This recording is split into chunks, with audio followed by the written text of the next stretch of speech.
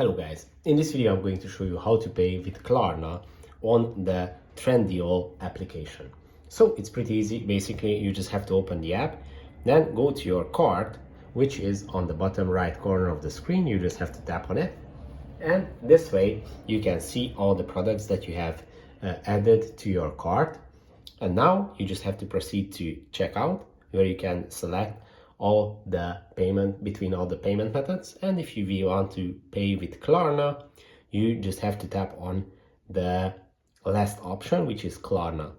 And with this option, you can pay in a monthly installments. You should also note that this option is only available between a specific price bracket, which varies between countries.